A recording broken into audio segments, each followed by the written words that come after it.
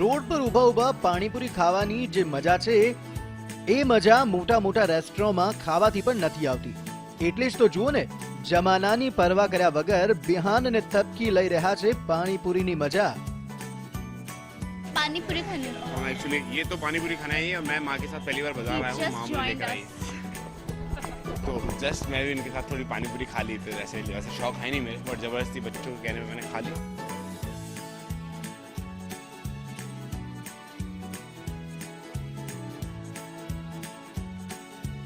વેલ, વસુંધરાને કારણે થપકી અને બિહાન આ ક્વોલિટી ટાઈમ સ્પેન્ડ કરી શક્યા.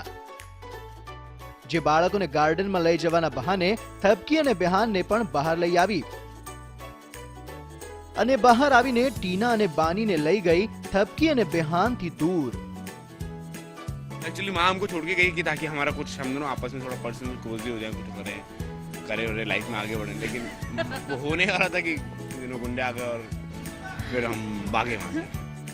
પણ કહેવાય છે ને કે સારી વસ્તુ પર કોઈકની નજર જલ્દી લાગી જાય છે. થપકી અને બિહાન એકબીજાના પ્રેમમાં ખોવાયેલા જ હતા અને રોમાન્સ ચાલી જ રહ્યો હતો. ત્યાં જ આવી ગયા ગુંડા.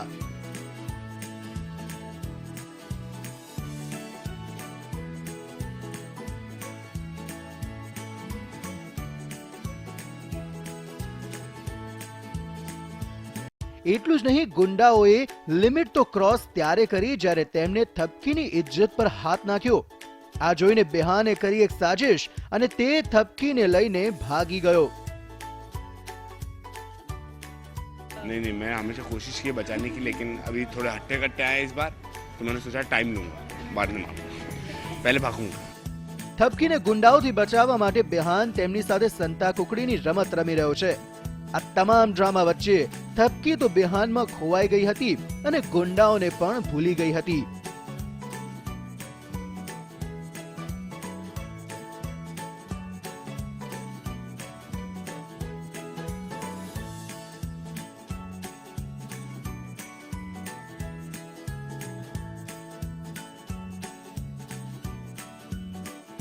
ભાઈ, બિહાને તો થપકીને બચાવવામાં લગાડી દીધી પોતાની જાન.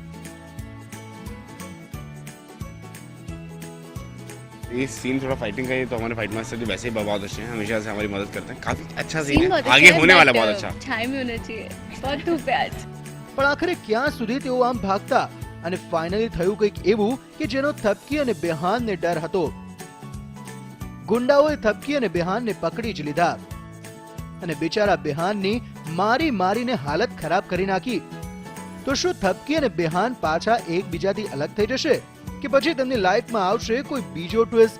એના માટે જોતા રહો એન્ટરટેનમેન્ટ અનલિમિટેડ.